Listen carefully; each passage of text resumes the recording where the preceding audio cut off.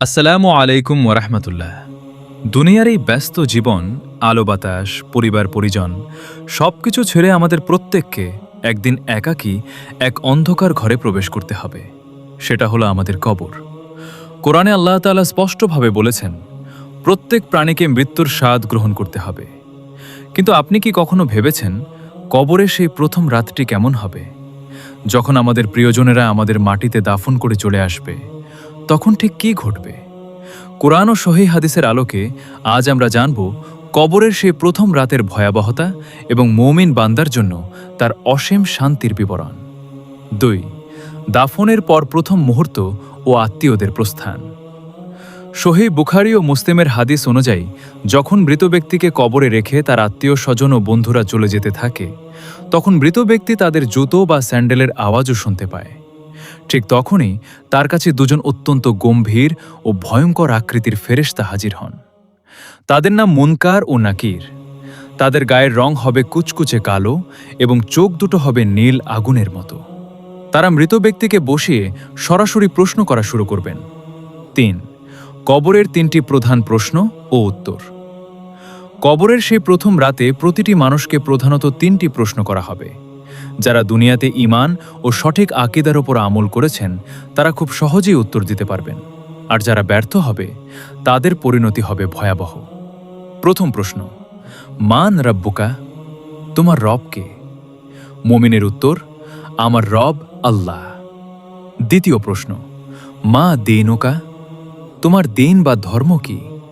মুমিনের উত্তর, আমার দিন ইসলাম।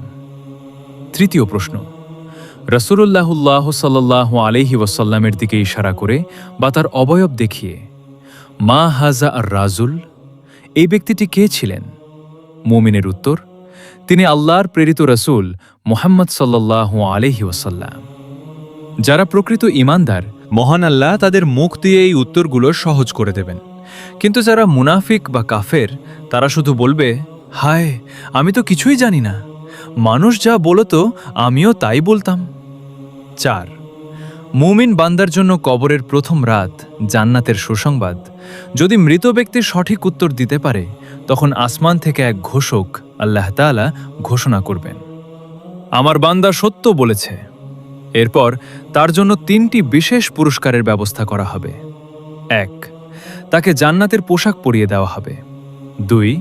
তার কবরকে দৃষ্টিসীমা পর্যন্ত বিশাল ও প্রশস্ত করে দেওয়া হবে। ৩. জান্নাতের দিকে একটি দরজা খুলে দেওয়া হবে, যেখান থেকে জান্নাতের সুঘ্রাণ ও স্নিগ্ধ বাতাস আসতে থাকবে।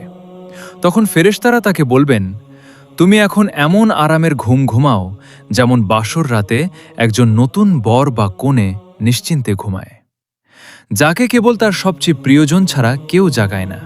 সুনান আত-তিরমিজি। ৫.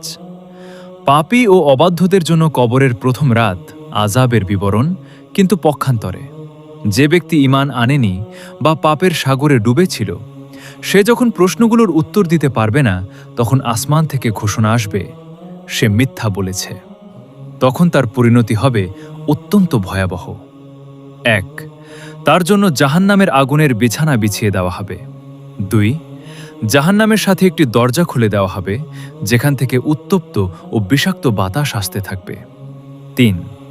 কবর তাকে এমনভাবে ২ দিক থেকে চাপ দেবে যে তার একদিকের পাঁজর বা পাঁজরের হাড্ডি অন্যদিকের পাঁজরের ভেতর ঢুকে যাবে। মুসনাদে আহমদ।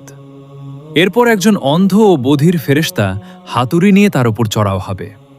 সেই হাতুড়ি দিয়ে যদি কোনো পাহাড়ে আঘাত করা হতো, তবে পাহাড় ধুলো হয়ে যেত। সেই হাতুড়ির আঘাতে মৃত ব্যক্তি এমন জোরে চিৎকার করবে, যা জিন ও মানুষ ছাড়া সৃষ্টির সব কিছু শুনতে পাবে। প্রিয় দিনী ভাই ও বোনেরা, কবরের সেই প্রথম রাতটি কিন্তু কোনো রূপকথা নয়। এটি আমাদের জীবনের সবচেয়ে বড় এবং ধ্রুব সত্য বাস্তব। আজ আমরা যে আলিশান ঘরে ঘুমাচ্ছি, তা চিরস্থায়ী নয়। আমাদের আসল ঠিকানা ওই ৩.৫ হাত মাটি। কব্বরের সেই প্রথম রাতকে আলোকিত করতে হলে আমাদের এখনই খাঁটি তওবা করতে হবে, ৫ ওয়াক্ত নামাজ সময় মতো আদায় করতে হবে এবং আল্লাহর প্রিয় হাবিব সাল্লাল্লাহু আলাইহি ওয়াসাল্লামের সুন্নাহ ও সঠিক দ্বীনি বিশ্বাসের উপর জীবন পরিচালনা করতে হবে। হাদিসে এসেছে, উসমান রাদিয়াল্লাহু আনহু যখন কবরের পাশে দাঁড়াতেন, তখন এত কাঁদতেন যে তার দাড়ি ভিজে যেত। তিনি বলতেন, রাসূলুল্লাহ সাল্লাল্লাহু আলাইহি ওয়াসাল্লাম বলেছেন, কবর হলো আখেরাতের প্রথম মঞ্জিল বা স্টেশন। যে এখানে পার পেয়ে গেল তার জন্য পরের ধাপগুলো সহজ, আর যে এখানে আটকে গেল তার জন্য পরের ধাপগুলো আরও কঠিন। দোয়া। আল্লাহ তাআলা আমাদের সবাইকে কবরের প্রথম রাতের আযাব থেকে রক্ষা করুন। আমাদের কবরকে জান্নাতের টুকরো বানিয়ে দিন। আমিন। ইসলামিক এরকম আরও তথ্যবহুল ও শিক্ষণীয় ভিডিও নিয়মিত দেখতে আমাদের চ্যানেলটি এখনই সাবস্ক্রাইব করে পাশে থাকা বেল আইকনটি অন করে রাখুন।